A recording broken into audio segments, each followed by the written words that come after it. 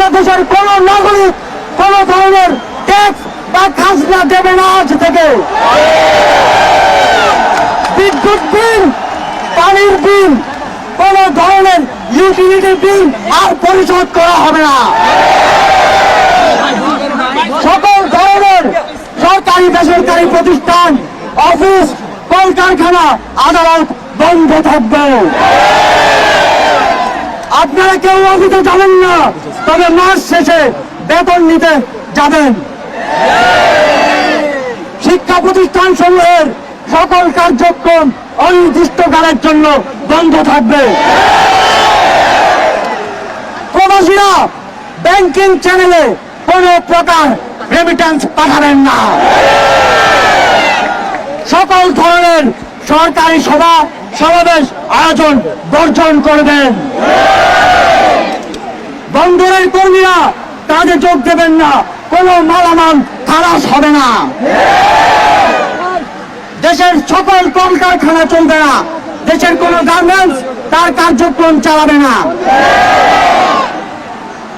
এই সরকারের পতন না হওয়া পর্যন্ত গণপরিবহন বন্ধ থাকবে। শ্রমিকরা কেউ কাজে যাবে না। আগামী রবিবার এবং প্রতি সপ্তাহের প্রথম দিন রবিবার শুধুমাত্র ব্যক্তিগত লেনদেনের জন্য ব্যাংক খোলা থাকবে। বাকি সাপ্তাহিক কার্য দিবসগুলো ব্যাংক বন্ধ থাকবে। পুলিশ সদস্যরা রুটিন ডিউটি ব্যতীত কোন ধরনের protocol duty, riot duty, protest duty পালন করবে না। শুধুমাত্র পুলিশ নিয়মিত থানার রুটিন ওয়ার্ক পালন করবে।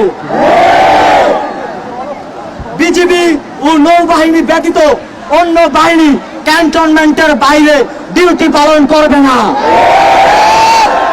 বিজিবি এবং নৌবাহিনীও ব্যারাক এবং কোস্টাল এরিয়ার মধ্যে সীমাবদ্ধ থাকবে। আপনারা সচিবালয়ে যাবেন না। ডিসি বা উপজেলা কর্মকর্তারা নিজ নিজ কার্যালয়ে যাবেন না। কোন প্রকার অফশোর ট্রানজাকশন চলবে না।